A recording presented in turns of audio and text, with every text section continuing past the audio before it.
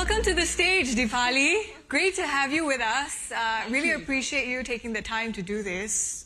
Very excited to speak to somebody who leads a company that is one of the major home textile makers with a global distribution network and among global sustainability indices, among the top ranked textile names. So obviously there's a lot to talk about when it comes to sustainability in operations, but I wanted to start with what was really interesting to me when I looked at the business.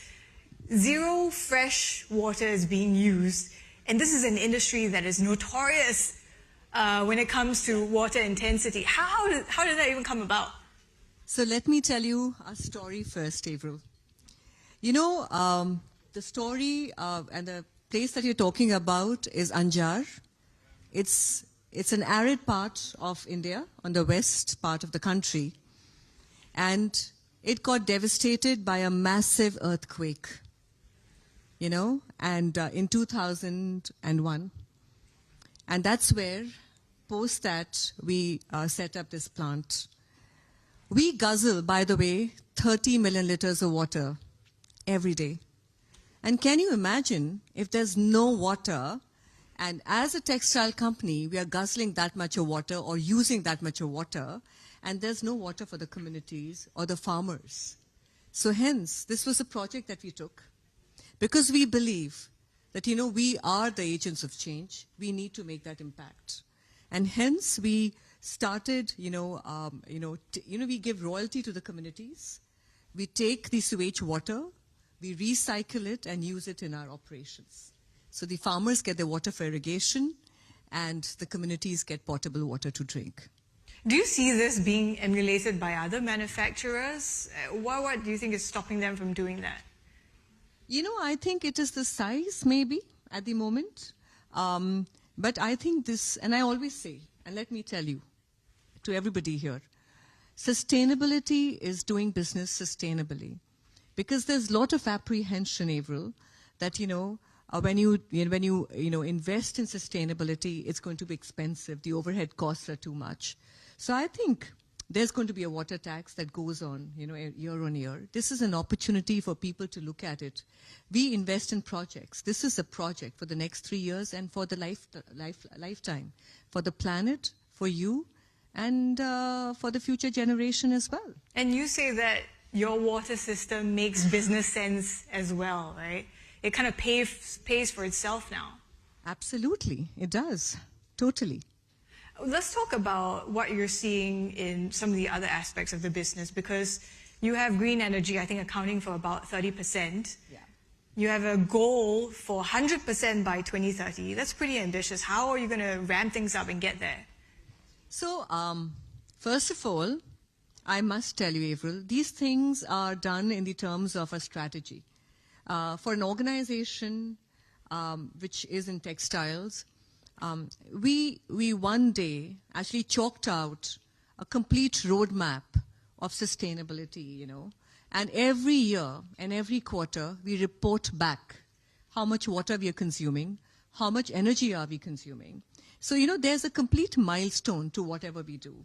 So by 2030, we'll be zero carbon. We're targeting to be zero landfill. The social impact that we are looking at, working with our farmers, the communities. So, everything has a roadmap, and freshwater positive. So, I just want to say that without a roadmap, without a strategy, nothing is possible. Now it's coming from solar, biofuel. Yeah.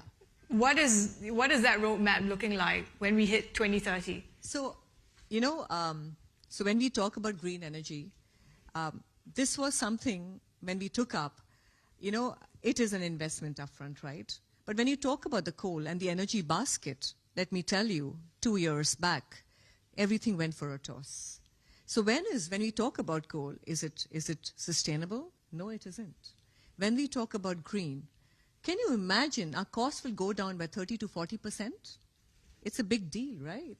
So for us to have green energy that's going to be sustainable, and it's also going to be cost competitive, I think that's what we're looking at. Especially given how you're operating in a country that is still a net importer of energy. But I can tell you one thing, Avril. But I think when you talk about net import of energy in the terms of, but I think for India, India has a very big opportunity in the terms of green, and I think it's been a very integral participant in changing and becoming and adapting green energy very, very fast as well. That's very encouraging to see. Some of the other trends that we're seeing also is AI, and you're incorporating that into sustainable cotton farming. How exactly does that help farmers? So when we talk about AI, I think AI is about, and AI, for us, for farmers, when we talk about India, small farms, farmers are not educated. So we took on this project with 26,500 farmers, and we are growing cotton. We're helping them and enabling them to, grow cotton, the better cotton initiatives that we do, or organic cotton. We have tied up with a startup for AI.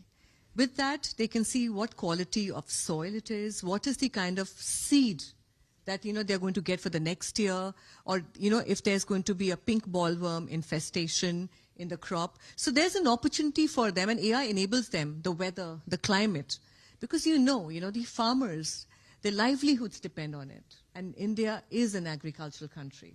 Now, when you talk about the AI, let me also tell you, we employ around 20,000 people in our factories, right? When we do our towel counting, and you can imagine, every day we are producing more than 150 tons of towels, right? And a person is counting that towel, right? Now AI enables you and enables him to see that there's no fault in that cotton, in that towel, and that is where we're looking at AI as an enabler in our complete operations as well. Industry 4.0 is also a very important part of what we do, Avril, here, because measuring how much energy we are using in every day, how much water we are consuming every day, is also measured. So I think this is a new way of doing things now. That's part of your Scope 1 and Scope 2 in measuring things, right? But what about Scope 3? How are you encouraging compliance, traceability? Scope 3 is something, and I think the audience here will agree, it's a very, very important task for the completion of sustainability. Scope 1 and Scope 2 are very easy. But when we talk about Scope 3, it needs your vendors, it needs your partners whom you work with, right? So here, we actually are working with, when we work with the farmers, we are completely looking at the blockchain from the farmers, the field, to our factory. And then even putting in a QR code that can trace it back to the bale of cotton, where we can have, the whole traceability. But also now with the blockchain, about who are the manufacturers, what are the quality reports of that product, everything gets fed in. And now with the, with the whole Scope 3 coming into, we have already enlisted around more than 40 to 50 vendor partners of ours, where net zero goals, carbon zero goals, net water, positive, and governance in the terms of child labor and the others are also included in that. So they are enlisted on that. So let me also tell you, Avril, very close to our factory, we have our ancillary vendors who work with us. Our carton manufacturers are 85% recycled. Our packaging is just in time, so we are saving our carbon footprints as well. So it's the entire ecosystem that you're building as well. Speaking of that ecosystem, you've shared some of the challenges when it comes to workforce participation, gender parity, whether it's blue or white collar. What are you seeing as, that roadmap there as well? We've been talking about diversity here. We've been talking about, more women coming into diversity. But I can say something that, diversity needs an ecosystem. Diversity needs that support. So when I started working in Welspun Living Limited, which was Welspun India earlier, I had 7% women in the workforce. And today I have 30%. In the blue collar, and I'm talking about 20,000 people that work with us, right? So how did this happen? I think it just doesn't happen like that. I think we need examples. So let me give you a very heartening example of Avni Bhadra, who actually got enrolled in one of our biggest retailer partners program of V-Finance. It's Walmart. She got chosen out of 2,000 factories across the globe, and she traveled from Anjar to Arkansas. And that was an aspiration. And she became inspirational and inspired so many girls.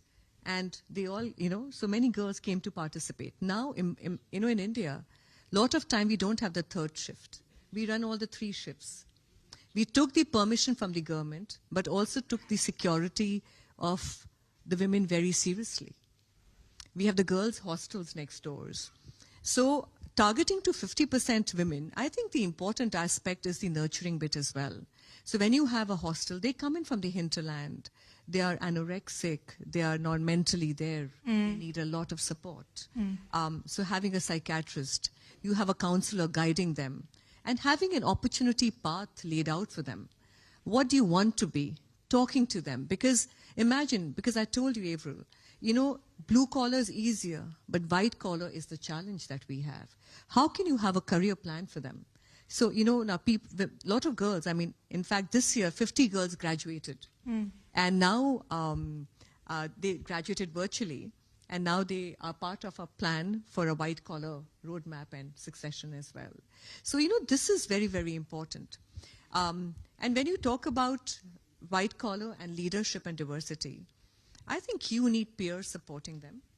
You need allies who are working with them. So we have an allyship program that we do, where, we have a program which has a We Listen, where we listen, which can make decisions, which are unbiased, and they become advocates of women in the terms of the leadership plan. I think those are the things, Avril, that we are actually doing about the white collar as well. And blue collar is something, as I spoke about. So everything needs everything. It needs nurturing. It needs a roadmap. It needs women supporting women. We have a Women of Welspun who support them. We have an allyship program who are the peers. And even on the shop floor, Right. how is the supervisor behaving with the woman as well, There are many pieces to this puzzle, part of the ecosystem. But what do you as a business leader want to see from government in terms of support? We look at maternity leave, for example. There are gaps there. So I'll just say a few things. And I think this time during the budget, Avril, a lot of things the government did in the terms of supporting manufacturing. Let me say India is at the sweet spot. It is at the inflection point where it is becoming a very important and integral supply chain destination for a lot of retailers and a lot of global partners that you see. So skilling is becoming, and skilling is something that the government is subsidizing on. They're helping the manufacturers look at that, if they're first-time job seekers, how can the manufacturing get a support in the terms of the skilling benefit of at least 6 months, right? Infrastructure, you're building housing, or you're building, dormitories, or, hostels. How can you get subsidies as well? So this is a very important aspect. There are a lot of training programs that the government also does. There, again, there's an opportunity for the manufacturers to get an opportunity to take these subsidies and, encourage more and more people to come to fold as well. Speaking of governments, we're also looking ahead to the US election, as our previous panel has been discussing. It's still too early to tell if there's going to be any material impact on ESG regulation, but how are you viewing this? Let me tell you, I think sustainability goals for Welspun are intact. Let me tell you one thing, and I think we are sitting in a sustainability summit here. We're talking about the planet Earth, aren't we? And I think if we all have to play a role here, and we have to be responsible, and I think that's what Welspun Living takes their role very, very seriously. So I think for us, our roles are intact, irrespective of who comes on board. For us, it is very important to work towards creating that kind of a green ecosystem and leave this planet sustainable for the next generation. And look at the consumers, look at the food, the eating habits have changed, the way they want to look at slow fashion, everything is changing. So we are on track, and I think so is the consumer too. The sustainability push of the business, you're saying it's going to be intact regardless Absolutely. of the politics of the day. Share with us a bit more about your journey as well to the boardroom. You jumped into the workforce at the age of 30, and then, look where you are now. Tell us more. So let me share my story here. I was a homemaker till my girls were 10 and 7. I have 2 daughters. And for me, when I started working, and the reason for me also to work was about my girls. I wanted to set an example for them. And that's where, because I come in from a conservative community as well. And for me to open that door for my daughters was very, very important. And as a human being, I always believe that we have to constantly evolve. And actually, that's what is very, very important. I think every day you learn a new thing. You learn it from your colleague. You learn it from your, people around you. And I think that's what it was. So when I was 10, when my girls were 10 and 7, I was 30 is the time I started. I launched my brand Spaces in India in 2003. I had my chain of retail stores. I had 200 retail stores, which I had to shut down, by the way. It was very painful. And 2010, I came on board of Welspun Living Limited, which was Welspun India at that time. Lot of judgment in the terms of whether, I was capable enough to take that role. I've learned one thing, Avril, and that is that, I was learning how to buy cotton, how to do the spinning or the processing. That is something you got to learn. But the important thing, Avril, is to play on your strengths. I knew what my strengths were. And that's where I started my journey. And never give up. There'll be a lot of times when you feel that, it's not looking good. But I think, and that's the time, you have to even push further to make that happen. Push through. I can relate to that imposter syndrome. Dipali, that's all the time we have for now, but really great to hear you sharing not just your own journey, but also the sustainability plans for the business. Dipali Goenka, CEO and Managing Director at Welspun Living, everyone. Thank you. Thank you. Thank you, Avril.